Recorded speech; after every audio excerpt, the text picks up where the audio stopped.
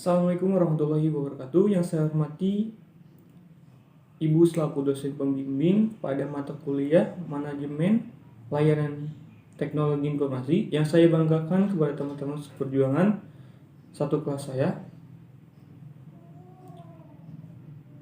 Adapun topik yang akan kita diskusikan pada diskusi kali ini yaitu tentang manajemen untuk kerja. Saya Piki Mubarok selaku moderator akan membimbing jalannya diskusi ini. Sebelumnya, saya akan memperkenalkan anggota kelompok saya, kelompok 4, yang dimana anggotanya ada Piki Mubarok, saya sebagai moderator, ada Natalie Edina Christine, ada Maftu Ihsan, dan ada Oktopin Juni Haya. Baiklah, mungkin langsung saja untuk pembukaan materi yang pertama, yang dimana akan dijelaskan oleh Natalie Edina Christine. Waktu dan tempat dipersilakan. Baik, terima kasih kepada Piki. Selanjutnya kita akan membahas tentang pengertian. Layanan adalah sesuatu yang terukur. Hasil layanan TI ini mempunyai performance atau unjuk kerja yang pada layanan TI lebih spesifik kita dapat melakukan tuning. Pelaksanaan manajemen pengelolaan unjuk kerja ini di dalamnya termasuk manajemen unjuk kerja infrastruktur dan manajemen unjuk kerja aplikasi dan database. Selanjutnya kita akan membahas tentang manajemen pengelolaan unjuk kerja.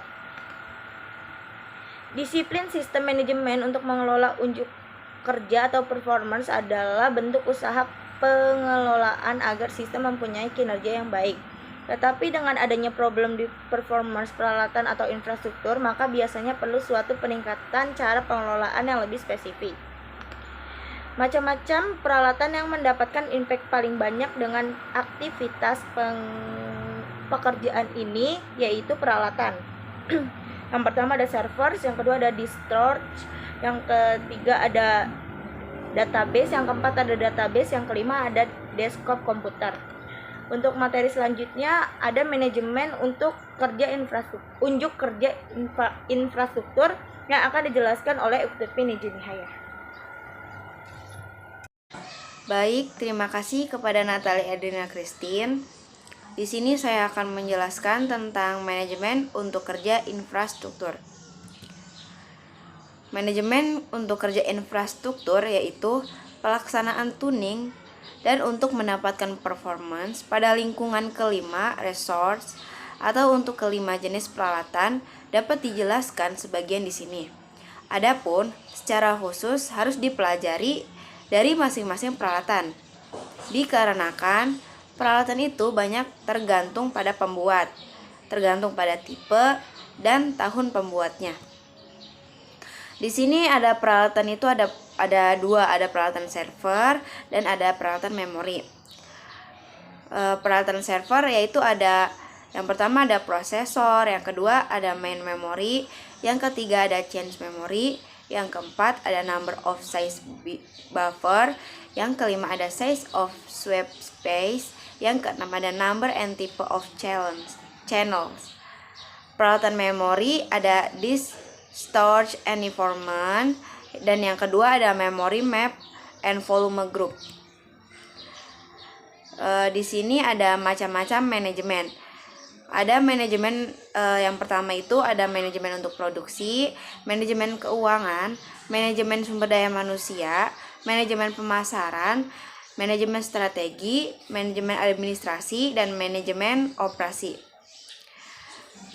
Selanjutnya akan dibacakan oleh Maftu Ihsan. Oke, baiknya selanjutnya ada studi kasus tentang kinerja karyawan, penerapan sistem manajemen kinerja karyawan. Studi kasus Divisi SDM PT Bank Rakyat Indonesia, Persero, TBK, Kantor Cabang Solo Sudirman. Kinerja karyawan merupakan perilaku nyata yang ditampilkan setiap orang sebagai prestasi kerja yang dihasilkan oleh karyawan sesuai dengan perannya dalam perusahaan.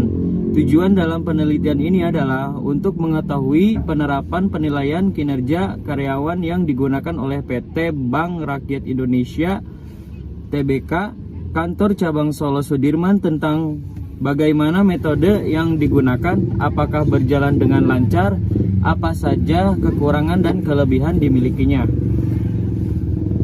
Metode yang digunakan dalam penilaian ini adalah metode deskriptif, yaitu metode yang mengambil suatu objek tertentu untuk dianalisis secara mendalam dengan memfokuskan pada suatu jenis pengumpulan data yang digunakan adalah data primer dan sekunder. Data primer diperoleh melalui SDM, supervisor dan staf kredit, staf devisa dan teller. Sedangkan data sekunder didapat melalui sumber tertulis berupa buku referensi yang berhubungan dengan permasalahan yang teliti. Dari hasil penelitian dapat disimpulkan PT Bank Rakyat Indonesia Persero TBK Kantor Cabang Solo Sudirman menerapkan sistem manajemen kinerja SMK dalam menilai kinerja karyawan. Pemahaman mendalam masih terpusat pada karyawan tertentu. Pendalaman lebih